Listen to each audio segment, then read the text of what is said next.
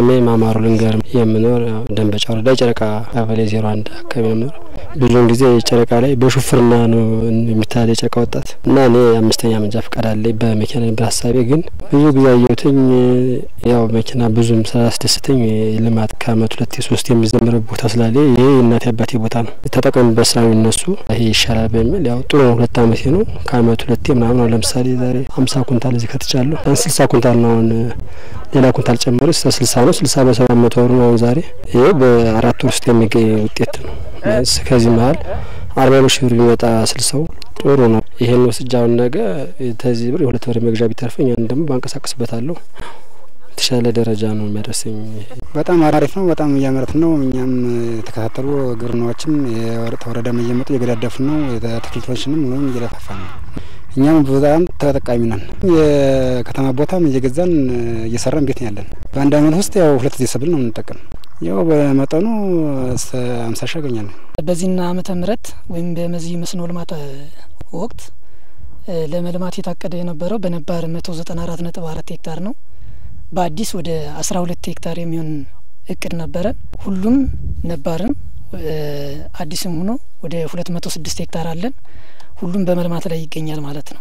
አብዛኑም ያው በድንች ሰብልና በጥቅል ጎመን ሰብሎች ተሸፍኖ የሚገኝበት ሁኔታ ነው ያለው። እንግዲህ የአርሶ አደሩ እዚህ መስኖ ልማት ላይ በጣም ውጤታማ ናቸው፣ ተጠቃሚ ናቸው። ከአመት 3 ጊዜ ነው የሚሰብሉበት። እንግዲህ ከመስከረም እስከ ጥር ድረስ አንደኛ ዙር ይጠቀማሉ። ያው በዘንድሮ አመት ይህን ወቅት መጠቀም አልተቻለም። ምክንያቱም ዝናቡ እስከ ጥቅምት ድረስ ስለነበረ አንደኛ ዙር ዘግይተው የጀመሩበት ሁኔታ ነው ያለው።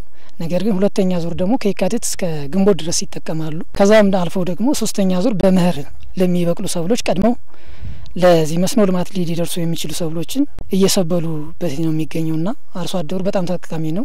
ከመስኖ ልማት የሚጠቀሙትን ግብዓት ወደ ሌላ ልማቶች ላይ እያዋሉት ነው የሚገኙት። ከተማ ቤቶችን እየገዙ ወደ ንግዱ ዓለም እየገቡ እንደመነሻ ይሄ መስኖ ልማት ሆኗቸው ማለት ነው እና አርሶ አደሮቹ ተጠቃሚ ናቸው።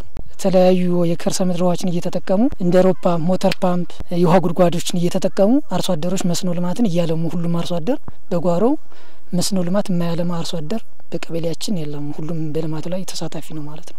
እሺ በ2011 2012 ዓ.ም በአንደኛ ዙር መስኖ ለመልማት የታቀደ 1665.94 ሄክታር ታቅዷል።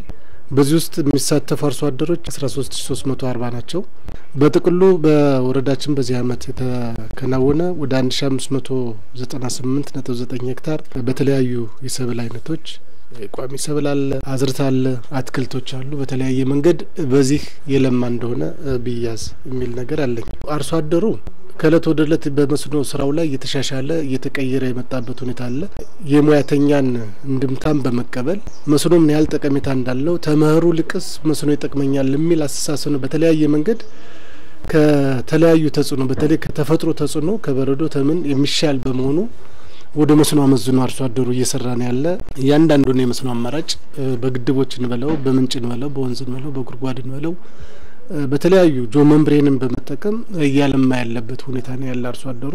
በጥቅሉ ስናየው ግን ወደ መስኖ ልማት ጥቅል ገብቷል ብለን አናስብም። ነገር ግን የሚቀር ነገር ስለሚኖር ይሄንን ወደፊት እንደ ሙያም የኛ ኤክስቴንሽን ስራ እየሰራን ሁሉም አርሶ አደር ከአንድ ጊዜ 2 ጊዜ ከ2 ጊዜ 3 ጊዜ ማምረት እንዲችል ያው እንቅስቃሴ እየተደረገ ያለበት ሁኔታ ነው ያለ። አላገባይ ፈሶ የነበር መግደል ያላቸውን እነሱም በሞተር እየተጠቀሙ አርሶ አደሩ ዛሬ ገበያችን ላይ እንደወረዳችን ስናየው በአትክልትም በምንም የተሻለ ነው የሚል ነገር ነው የሚኖረኝ።